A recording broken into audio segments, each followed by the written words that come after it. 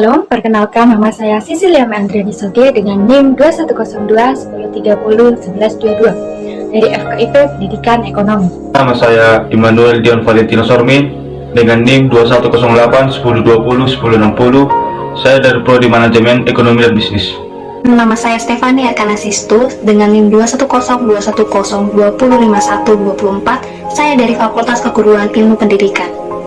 Nama saya Yudhistira Firman Marpaun dengan NIM 21021040149 dari FKIP Prodi Pendidikan Bahasa Inggris. Kenalkan, nama saya Cindy Afriara dengan NIM 21091010196 dari Prodi Hubungan Internasional.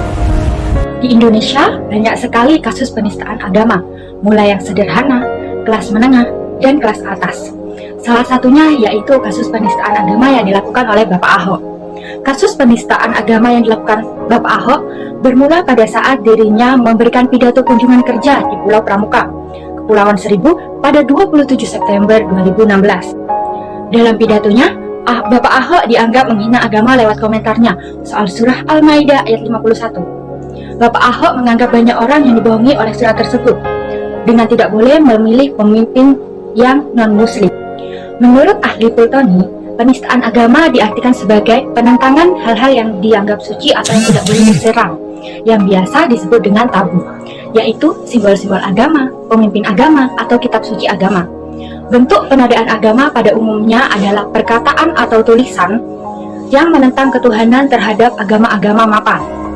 Menurut pandangan umum sendiri, penistaan agama berarti merupakan tindakan yang dilakukan dengan menghina, menghujat, atau berperilaku tidak sopan terhadap tokoh-tokoh agama, adat istiadat, dan keyakinan suatu agama. Pada umumnya, penistaan agama terjadi karena faktor yang disengaja maupun karena faktor ketidaktahuan. Menurut Menteri Agama Lukman Hakim Saifuddin, contoh kasus yang dianggap sebagai ketidaktahuan yang menyebabkan pelecehan agama adalah kasus sadar dengan lafaz Allah, di mana sang pembuat tidak tahu menahu bahwa kaligrafi atau tulisan nama Allah dan Muhammad sangat disaktalkan. Ada pula kasus yang melecehkan agama dengan disengaja oleh beberapa motif, seperti ingin membuat keresahan di masyarakat dan mengadu domba antar umat beragama. Dalam kasus Ahok dijerat dengan pasal 156 KUHP tentang penodaan agama. Hakim menilai bahwa pidato yang disampaikan oleh Ahok menimbulkan kegaduhan dan menghina golongan tertentu. Hakim menganggap bahwa pidato yang disampaikan Ahok pastinya sesuatu yang telah direncanakan dan memiliki tujuan. Sayangnya, tujuan tersebut disampaikan dengan cara yang salah, sehingga membuat adanya miskomunikasi dan miskonsepsi yang menyebabkan kasus penistaan agama itu sendiri terjadi. Lalu, bagaimana cara kita menyikapi penistaan agama?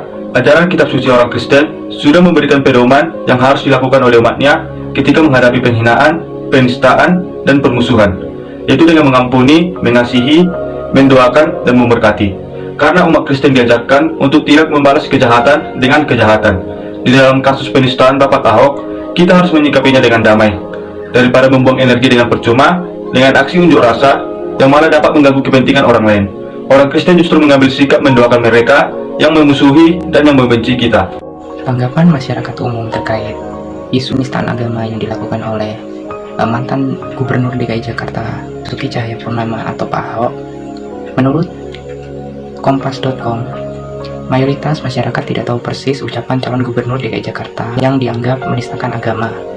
Hal tersebut mengacu pada hasil survei Saiful Murjani Research and Consulting yang dirilis Kamis pada 8 Desember 2016. Sebanyak 88,5% responden menjawab tidak tahu persis bagaimana ucapan Pak Ahok di Kepulauan Seribu yang mengutip surat Al-Maidah ayat 51. Masyarakat cenderung hanya mendengar pemberitaan tersebut dari mulut ke mulut, ujar Saiful Mujani yang merilis surveinya tersebut. Chairon menjadi salah satu saksi ahli yang dihadirkan di tim kuasa hukum Ahok pada sidang ke-16 kasus penistaan agama. Menurutnya, Pak Ahok dalam posisi ini mengkritik para politisi yang menggunakan surat Al-Maidah ayat 51 untuk kepentingan politik tertentu dan tidak berniat untuk menistakan agama tertentu. Agus mengatakan di sejumlah daerah kasus ini menimbulkan riak dan benih-benih konflik yang tidak sepele, yang mengetahui dari mulut ke mulut tanpa adanya riset yang lebih mendalam.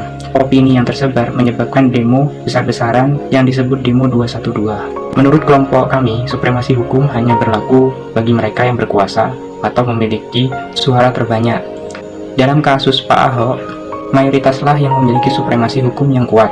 Kesimpulan yang dapat kita ambil dari pembahasan kali ini yaitu Indonesia digolongkan menjadi negara terkaya yang memiliki banyak perbedaan, mulai dari perbedaan suku, budaya, etnis, ras, hingga agama. Karena hal itulah penduduk Indonesia sering juga disebut dengan masyarakat multikultural. Saat ini kita bisa merenungkan dari perkataan Gus Dur yang menyatakan tak penting apa agama atau sukumu, kalau kamu bisa melakukan sesuatu yang baik untuk semua orang, orang tidak tanya apa agamamu. Saya berharap kita semua menjadi seseorang yang bijak, cerdas, pandai, dan tidak gegabah dalam menyaring informasi. Sebaiknya kita meneliti dulu kebenaran informasi yang kita dapat, sehingga kita tidak mudah untuk menyalahkan dan menghakimi seseorang. Itu bukanlah hak kita. Sudah ada Tuhan dan hukum yang akan memberi keadilan.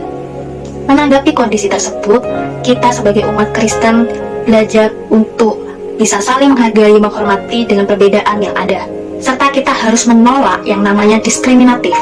Sebagaimana yang diajarkan oleh Tuhan Yesus Kristus dalam firman-Nya dalam Roma 10 ayat 12, 1 Petrus 4 ayat 8, 1 Yohanes 4 ayat 7 dan 8, Yakobus 2 ayat 8 dan 9, Matius 22 ayat 39, Yohanes 13 ayat 34. Dan masih banyak lagi ayat-ayat yang mengajarkan kita untuk saling mengasihi, rendah hati, dan mengampuni, sama seperti Kristus yang mengasihi dan mencintai kita, bahkan mengampuni segala dan dosa kita.